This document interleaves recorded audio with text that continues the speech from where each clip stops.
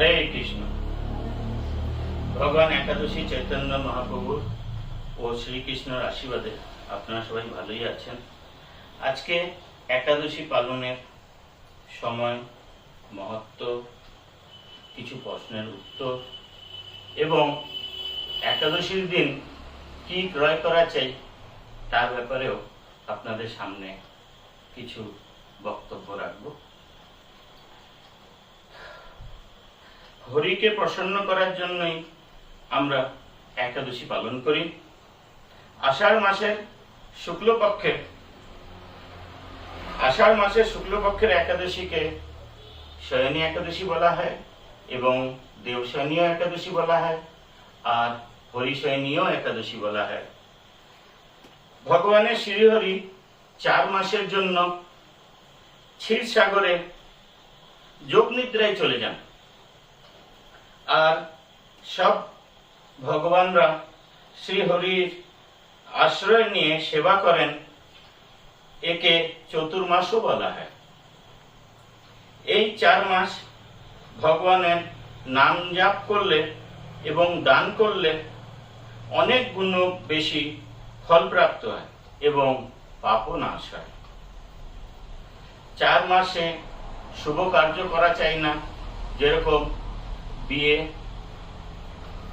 গৃহপ্রবেশ এইসব করা চাই না, এবং জপ তপ ঠাকুরের নাম যত পারো তত করো, তত শুভ। একাদশীর দিন ভুলেও কাউর নিন্দা করা চাই না এবং অপশব্দ বলা চাই না। একাদশী পালনের সময় ভক্তরা আমাকে জিজ্ঞেস করেন একাদশী পালনের সময় কি। আপনাদেরকে একটা ছোট্ট কথা বলে দিচ্ছি। ইস্কনের ক্যালেন্ডার দেখবেন, যেদিনকে একাদশী দেওয়া থাকবে সেইটাই হলো বৈষ্ণব একাদশী। আপনারা কোনোদিন পঞ্জিকার ডেট দেখবেন না। বৈষ্ণব একাদশী পালন করা চাই। নারায়ণ ঠাকুর, কৃষ্ণ ঠাকুরের কে আমরা যে ভক্তি সহকারে পূজা করি, সেই জন্য আমাদেরকে বৈষ্ণব মতে একাদশী পালন করা চাই। আর ডেট হলো 17 জুলাই বুধবার ব্রহ্ম মুহূর্ত থেকে 18 জুলাই বৃহস্পতিবার। 18 জুলাই বৃহস্পতিবার পালনের সময় 5টা 21 থেকে 9টা 28 পর্যন্ত। ভক্তরা কিছু প্রশ্ন জিজ্ঞেস করে। স্বামী বলে নির্জলা ব্রত করলাম, কোনো ফল তো পেলাম না। আমি আপনাদেরকে বলি, সরকার রাস্তা বানায় যে আপনারা ভালোভাবে গাড়িটা চালাবেন, সেই জন্য রাস্তা বানায়, কিন্তু অ্যাক্সিডেন্ট হয়ে যায়। সে কি সরকারের দোষ? সে নিজের দোষে অ্যাক্সিডেন্ট করে বা পুরানো পাপের ফল পায়। পুরানো পাপের ফল পায়। এই দুর্ঘটনা যে হয়, আপনারা একটা প্রশ্ন জিজ্ঞেস করবেন যে ভক্তদেরও দুর্ঘটনা হয়। দেখেন, দুর্ঘটনা যখন হয়, তো আপনি যখন একাদশী ব্রত পালন করছেন, তো এটা দেখে নেবেন আপনার অনেক বড় দুর্ঘটনা হওয়ার ছিল, সেটা ছোট ভাবে আপনার দুর্ঘটনাটা হয়েছে, ছোট রূপে দুর্ঘটনা হয়েছে, তো ঠাকুর আপনার সাহায্য করেছে। আর একাদশী করলে কি হয় যে বৈকুণ্ঠ ধাম যাওয়ার রাস্তা দেখান, না হলে আপনি আবার 84 লাখ ইয়নির মধ্যে আপনি ঘুরতেই থাকবেন, বৈকুণ্ঠ ধাম আর কোনোদিন যেতে পারবেন না। আরেকজন প্রশ্ন জিজ্ঞেস করেন, শুনেছি বিধবারা একাদশী করে, সাধুবারা একাদশী করলে তার স্বামী মারা যায়।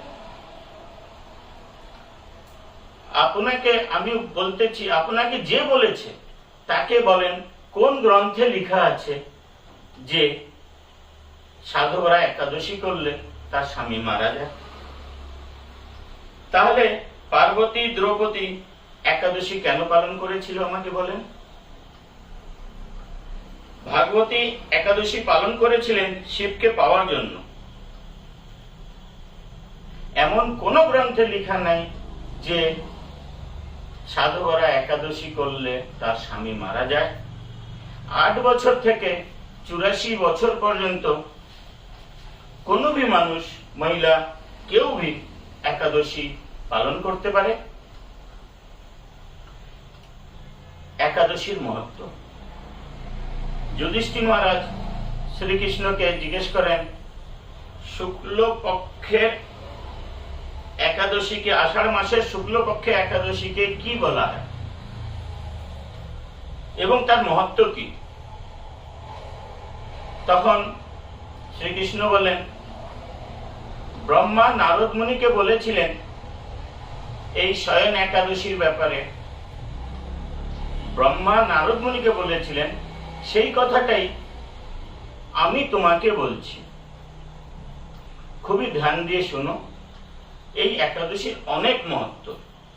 তো এখন আমি আপনাদেরকে বলতেছি শয়ন একাদশীর মহত্বর ব্যাপারে। এই একাদশীর অনেক মহত্ব।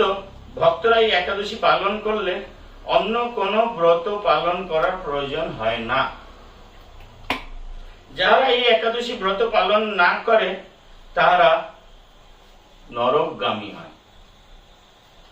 একাদশী ব্রত সবাইকে পালন করা চাই।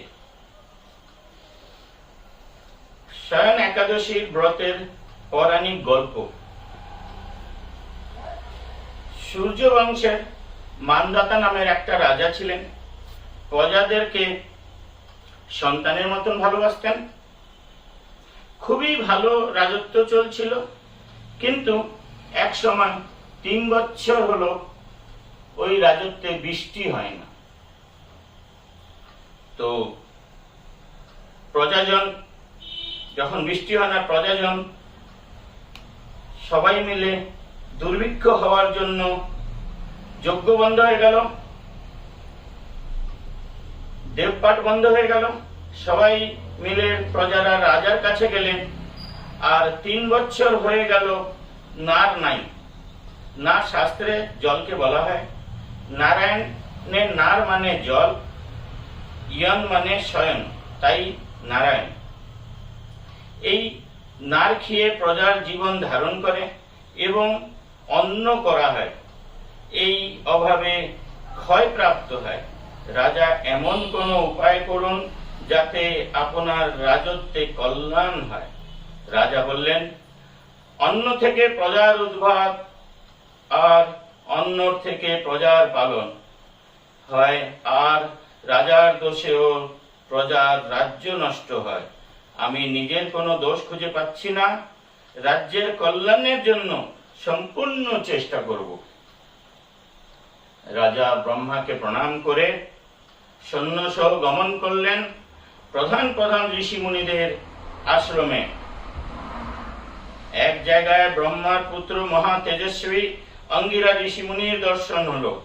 রাজা ঋষি মুনির চরণ বন্দনা করলেন। মুনি রাজাকে আশীর্বাদ দিলেন আর কুশল প্রশ্ন জিজ্ঞেস করলেন। রাজা আগমনের কারণ জানলেন। মুনি কিছু সময় ধ্যানে থাকলেন, তারপর বললেন, সত্যযুগে ব্রাহ্মণ ছাড়া সকল লোক তপস্যা বা বেদ পরায়ণ করেন। একটি শূদ্র তপস্যা করছে অকার্যের জন্য। এই দুর্দশা, তাকে হত্যা করলে দোষ দূর হবে। তখন রাজা বললেন, নিজের নির্দোষ মানুষের হত্যা করা পাপ, অন্য কোন উপায় বলুন। মহর্ষি অঙ্গিরা মুনি বললেন, তুমি আষাঢ় মাসে শুক্ল পক্ষে একাদশী পালন করো। এই একাদশী সর্বসিদ্ধিদাত্রী এবং সর্ব উপদ্রব নাশকারী। অবশ্য বৃষ্টি হবে। এই কথা শুনে রাজা প্রজাদেরকে নিয়ে আষাঢ় মাসের শুক্ল পক্ষে শয়ন একাদশী পালন করলেন। ব্রত অনুষ্ঠান পূর্ণর পর প্রচুর মাত্রায় বৃষ্টি হলো, অন্নের অভাব দূর হলো, ভগবানের কৃপায় প্রজাগণ সুখী হলো। এই কারণে সুখ ও মুক্তি প্রদান করি এই উত্তম ব্রত পালন করা সকলকেই অবশ্য কর্তব্য। একাদশী যাহারা করতে পারেন না তাদের জন্য একটা কথা বলতেছি। তারা একাদশীর মহত্ব, ব্রত কথা শুনুন এবং বিশেষ মহত্ব ভগবানের পূর্ণ আশীর্বাদ এবং পাপ নাশ হয়। এই জন্য আপনাদেরকে একাদশী বা অন্য ভগবানের কথা ভিডিও বানিয়ে পাঠানো হয়। স্বয়ং একাদশীতে কি ক্রয় করা চাই? একটি এমন কি জিনিস ক্রয় করা চাই? এমন জিনিস হলো জগন্নাথের বিগ্রহ আনুন, অখণ্ড সৌভাগ্য লাভ করবেন। এনে ঘরে রাখলে হবে না, তার অবশ্য পূজা করুন। জগন্নাথের বিশেষ লাভ হবে। যখন ভগবানের কৃপা লাভ হয় সেখানে দুঃখ থাকতে পারে না। সবাইকে বলি, এই একাদশী শুভ দিনে জগন্নাথের বিগ্রহ ক্রয় করে নিয়ে আসুন আর ঘরে মন্দিরে রেখে পূজা করুন। আর আপনাদের কিছু যদি প্রশ্ন জিজ্ঞেস করার থাকে আমাকে ফোনেও প্রশ্ন জিজ্ঞেস করতে পারেন। আগের প্রবচনে আমি অবশ্যই আপনাদের প্রশ্নের উত্তর দেবো। এবার সবাই ভক্তগণ হাত উঠিয়ে বলো, হরে কৃষ্ণ কৃষ্ণ কৃষ্ণ হরে হরে, হরে রাম রাম রাম হরে হরে। জয় গোবিন্দের জয়, গৌর নিতাইয়ের জয়, জগন্নাথের জয়, প্রভুপাদের জয়, ভক্তগণের জয়। হরি বল।